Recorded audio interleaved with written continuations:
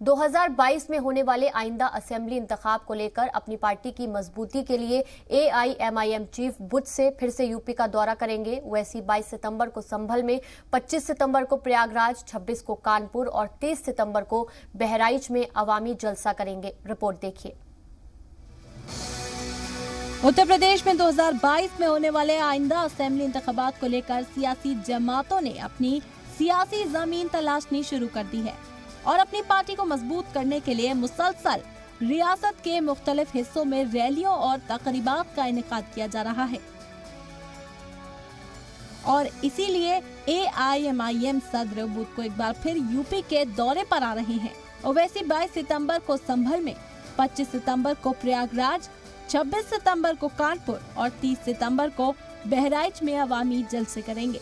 उत्तर प्रदेश की इंतखाबी जंग में पीर को AIMIM सदर असदुद्दीन ओवैसी ने वजीर आला योगी आदित्यनाथ पर जवाबी हमला किया था। ओवैसी को अहमदाबाद की साबरमती जेल में बंद अतीक अहमद से मिलने से रोक दिया गया तो उन्होंने गुजरात से योगी पर निशाना साधा। उत्तर प्रदेश के मुख्यमंत्री ने अपने खिलाफ एक केस को विड्रॉ कर लिया।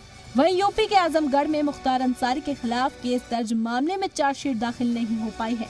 पुलिस की चार्जशीट में कुछ कमियां रह गई। अब चार्जशीट 22 सितंबर को दाखिल होगी। ब्यूरो रिपोर्ट, जी मीडिया।